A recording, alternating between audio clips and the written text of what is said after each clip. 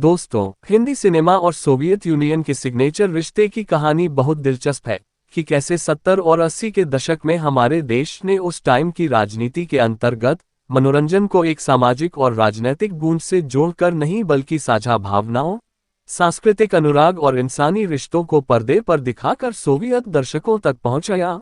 और यह पहुंच इतनी असरदार बन गई कि हमारे संगीत, नारे और हीरो हीरोइनों ने वहां पर खास लोकप्रियता हासिल की थी। इसके परिणामस्वरूप हमारी फिल्में वहां के बाजार में सहज रूप से बिकने लगीं, जिसका अगला पड़ाव था दो देशों के सहयोग से फिल्मों का निर्माण। सोवियत कलाकार और ट्रेनिंग के साथ सहज रूप से फिट हो गए थे और ईगल फिल्म्स बैनर के तहत बनी एक फिल्म ने इस रिश्ते को नई ऊंचाइयां दी थी। उस फिल्म का नाम था अलीबाबा और 40 चोर, जिसे संयुक्त रूप से बनाया गया था नवजीवन या दिव्यांग फिल्मों की तरह नहीं बल्कि एक साझा भावना के साथ केंद्रित किया गया था। इस फिल्म का निर्माण एफसी मेहरा ने किया था और निर्देशन की भूमिका निभाए उमेश मेहरा और लतीफे जियो ने। कहानी और पटकथा को रूप दिया था शांति प्रकाश बख्शी ने और हिंदी संवादों को अर्थपूर्ण बनाया था जावेद सिद्दीकी ने। लगभग 2 घंटे 26 मिनट की यह फिल्म रिलीज की गई थी 30 मई 1980 को और स्क्रीन पर एक दूसरे से जुड़ी जादुई रसायन दिखाई दी धर्मेंद्र, हेमा मालिनी, जीनत अमन, प्रेम चोपड़ा, जाकिर मुखर्जी, सफीको अचेली, मदनपुरी, याकूब, देव रॉय, ललिते, रोलैंड बायको, मैकमोहन, नलिनी हो जैसे कलाकारों ने अभिनय कौशल दिखाया। इस फिल्म का संगीत रखा गया था राहुल देव बर्मन ने और गीतों को सजाया आनंद बख्शी ने, जिसमें 5 गीत शामिल थे। आज सारे बाजार, क्या आमतौर पर सारे शहर में जादूगर जाएगा, कुमार ने और कई और मधुरता भरे गाने शामिल थे। आइए अब हम फिल्म अलीबाबा और 40 चोर से जुड़ी कुछ अनसुनी बातें जानें, जिनमें राजीनामा, राजनीतिक सौदे, ग्लैमर, अंतर्राष्ट्रीय संधि और कला का स्वर सुनाई देता है।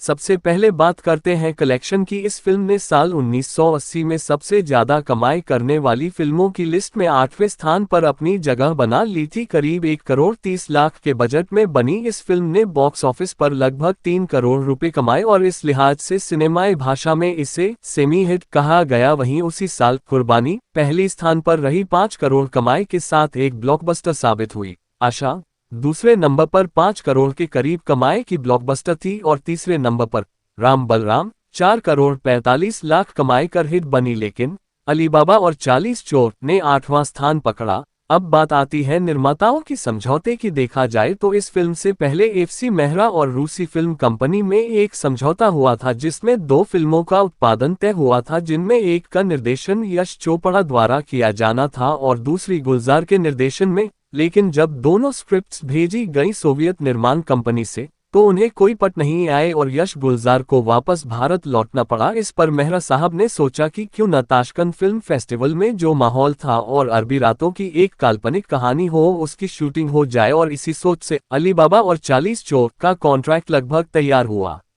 ये कि शांति प्रकाश बख्शी ने कहानी में अनेक बदलाव किए थे जिससे फिल्म की लंबाई भी बढ़ी थी और ग्लैमर पावर भी घटिया नहीं दिखती थी। फिल्म में फातिमा नाम का किरदार जीनत अमन द्वारा निभाया गया मौजूदा अलीबाबा की मूल कहानियों में नहीं था, लेकिन इसे जोड़ना इसलिए जरूरी समझा गया ताकि ग्लैमर हो और कहानी नए रूप में चमके। जीनत अमन का किरदार सोवियत यूनियन में बेहद लोकप्रिय हुआ और भविष्य में सोनी मेहरा जैसे संयुक्त प्रोजेक्ट्स में उनकी अहमियत बढ़ती चली गई।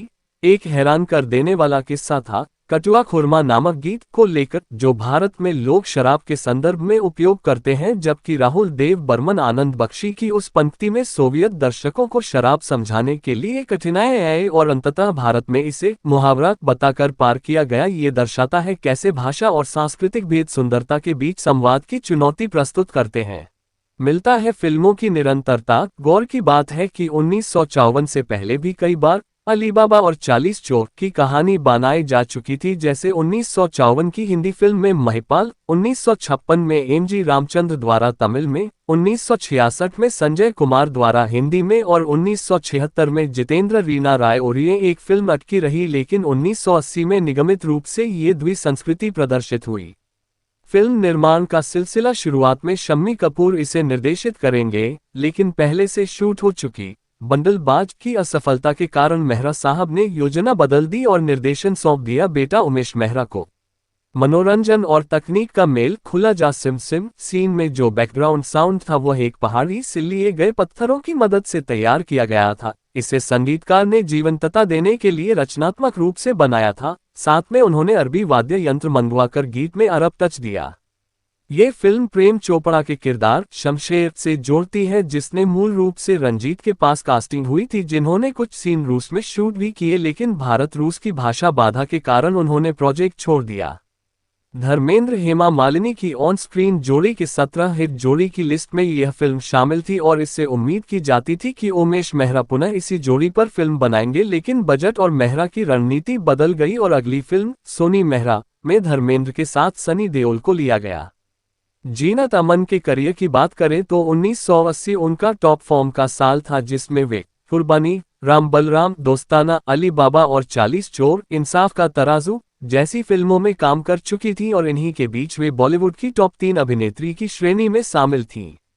इस फिल्म की असली पहचान सोवियत यूनियन में हुई, जहां अली बाबा और 40 चोर इस देश में देखने वालों की लिस्ट में टॉप 5 फिल्मों में शामिल थी और अनुमानित 5 करोड़ 28 लाख लोगों ने इसे देखा। ये तमाम रिकॉर्ड से परे था और फिल्म को $2.5 मिलियन का राजस्व मिला।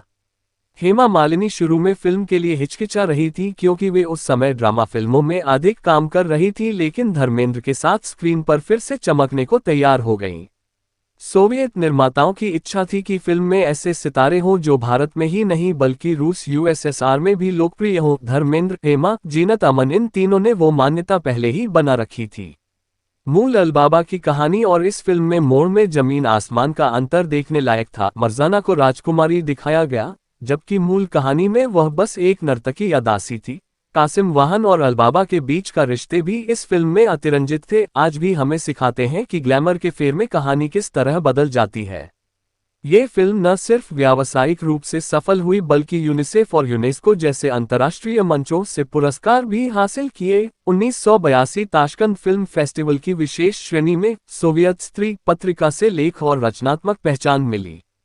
तो दोस्तों, ये थी अली बाबा और 40 चोर से जुड़ी 15 अनसुनी और दिलचस्प बातें, जिन्होंने स्थापित की कि राजनीति, संस्कृति और मनोरंजन न केवल हस्तियों के बीच विमर्श है बल्कि ये दर्शकों की सांस्कृतिक समझ से भी जुड़ी गूढ़धारा है।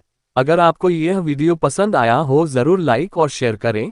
कमेंट में बताएं कि इस फिल्म का कौन सा पहलू आपको सबसे दिलचस्प लगा और चैनल को सब्सक्राइब करना ना भूलें, क्योंकि आने वाले वीडियो में हम और भी ऐसी फिल्मी कहानियां, अनदेखी बातें और हिंदी सिनेमा की सुनहरी यादें लेकर आएंगे। तब तक के लिए नमस्कार।